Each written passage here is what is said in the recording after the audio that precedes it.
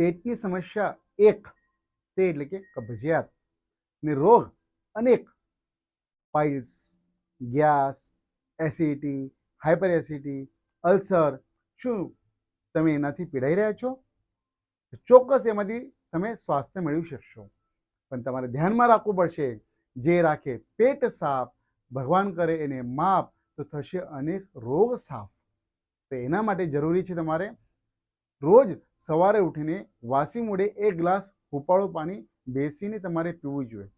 ઉબળક બેસીને તમારે પાણી પીવાનું છે. જેટલી ઉંમર છે એટલા મિનિટ તમારે ચાલવા માટે જવાનું છે.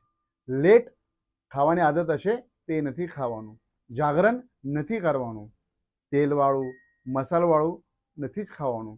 ખાધા પછી નથી ખાવાનું. આવી અનેક કુટેવો જે છે એ કબજિયાતને આમંત્રણ આપે છે.